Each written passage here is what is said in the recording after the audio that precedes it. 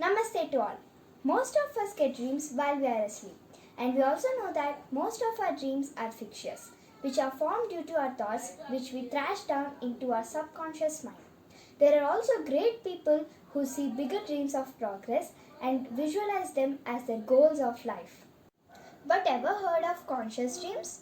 That is those which need deep inner strength to visualize the progress of the nation and the world. Today, we are here to visualize the 5 dreams of Sri Aurobindo and understand how, one by one, each of his dreams came out to be the reality over the years.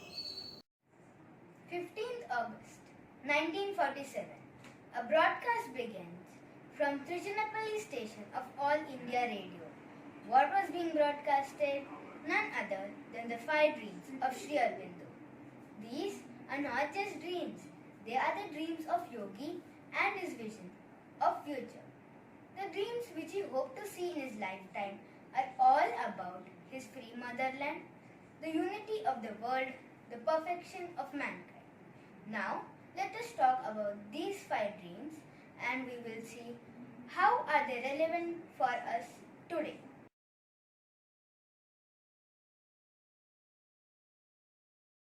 The first dream was a revolutionary movement which would create a free and united India.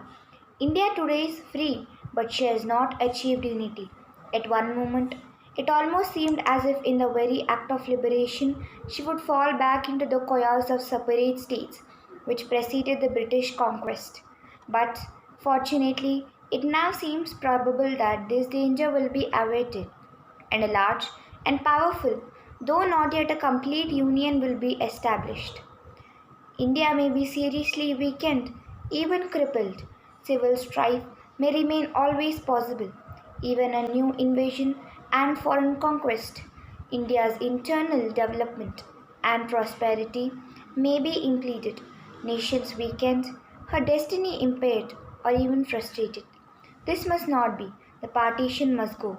Let us hope that that may come about naturally by an increasing recognition of necessity, not only of peace and conquest, but of common action, by the practice of common action and the creation of means for that purpose. In this way, unity may finally come about under whatever form. The exact form may have a pragmatic but not a fundamental importance. But by whatever means, in whatever way, the division must go, and unity must and will be achieved, for it is necessary for the greatness of India's future. Thank you. In his first dream on the day of freedom, Sri Aurobindo said, though India got freedom, it has to undergo division. What division is Sri Aurobindo talking about? Look at the spiritual map of India, where you will find all the nations united, and look at the present map of India. So this is the division what Sri Aurobindo is talking about. Division of Pakistan, Bangladesh, Ceylon and other parts of land from India. India has lost chunks of our country on eastern and western side. He says through this process India may be weakened or even severely damaged. He also said that there are possibilities of civil strife from foreign nations. This is what we are facing right now. China on one side and Pakistan on the other are always on verge to occupy India. Whatever means our way, division must happen, a prior warning given by him. On the other hand, he blessed that India must achieve unity and it will be achieved because it is necessary for the greatness of India's future.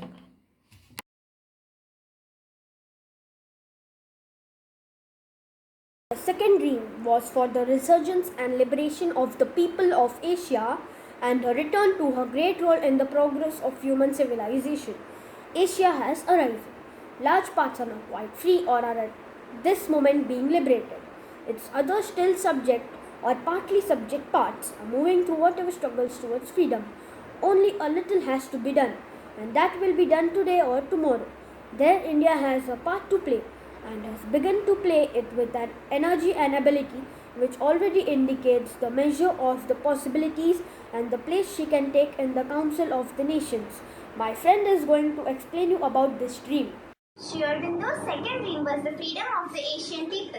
After 1947, we find that gradually colonies have broken down and Asia has earned her freedom.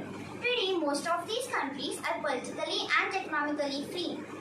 China is organized, well-equipped, patient terrorists full of clang of war and tramp of armed men preparing for surge westwards. They are masters today. Japan is one of the largest economic power in the world. Japan known to have the patriotic spirit and quick imitative faculty. South Korea and some of its neighboring countries have made giant leaps in economy. India is still to take its economic leap. India's greatest problem, its enormous population, may well turn out to be its greatest asset. When this massive population gets down to work, when it begins to be productive, when it decides to build new things, that will mark India's resurgence as a mighty economic power. Fortunately or unfortunately, there is no other master who has given these kind of details on political, social, economic and psychological level. We are the one who just overlooked.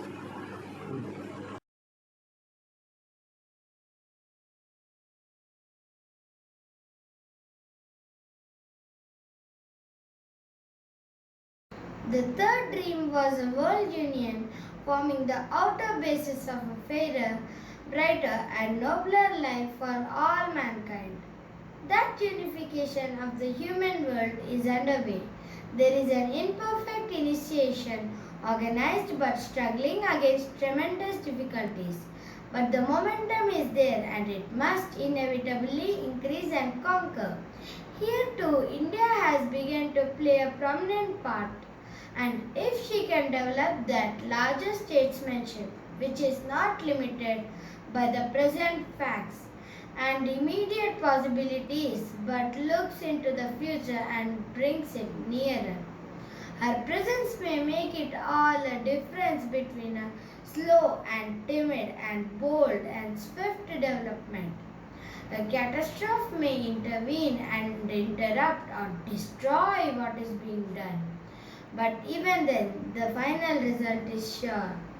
For unification is a necessity of nature, an inevitable movement. Its necessity for the nations is also clear. For without it, the freedom of the small nations may be at any moment in peril, and the life even of the large and powerful nations insecure. The unification is therefore to the interests of all, and only human imbecility and stupid selfishness can prevent it. But these cannot stand forever against the necessity of nature and the divine will. But an outward basis is not enough. There must grow up an international spirit and outlook. International forms and institutions must appear. Perhaps such developments as dual or multilateral citizenship, will interchange or voluntary fusion of cultures.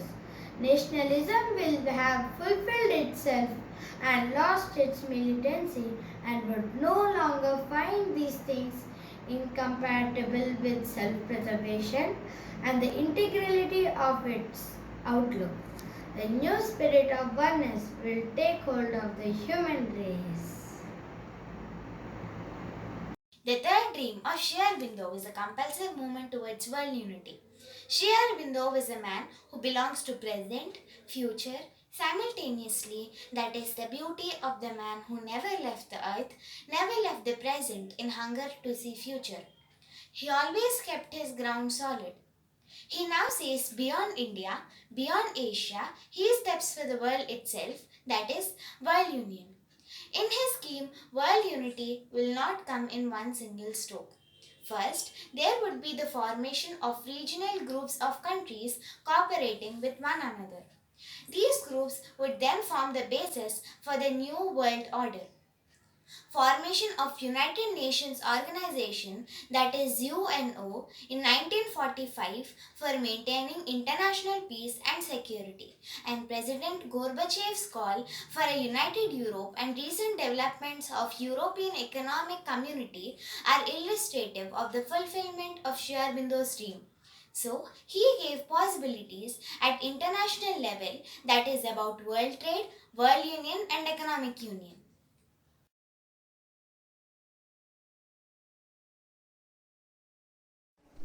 Another dream, the spiritual gift of India to the world has already begun. India's spirituality is entering Europe and America in an ever increasing measure. That movement will grow amid the disasters of time.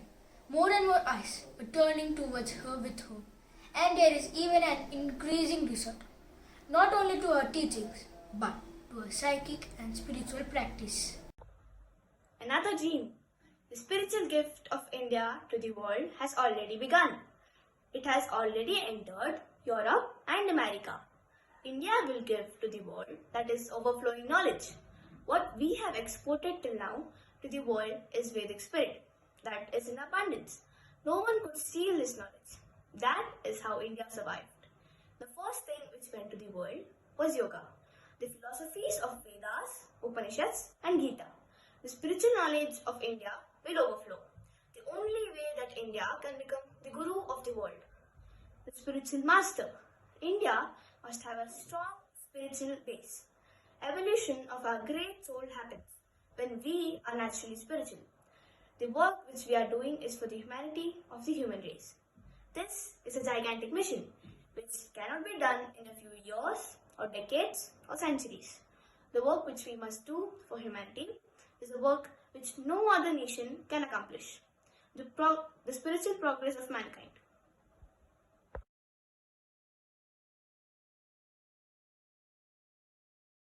The final dream was a step in evolution which would raise man to a higher and larger consciousness and begin the solution of the problems which have been perplexed and vexed him since he first began to think and to dream of individual perfection and a perfect society.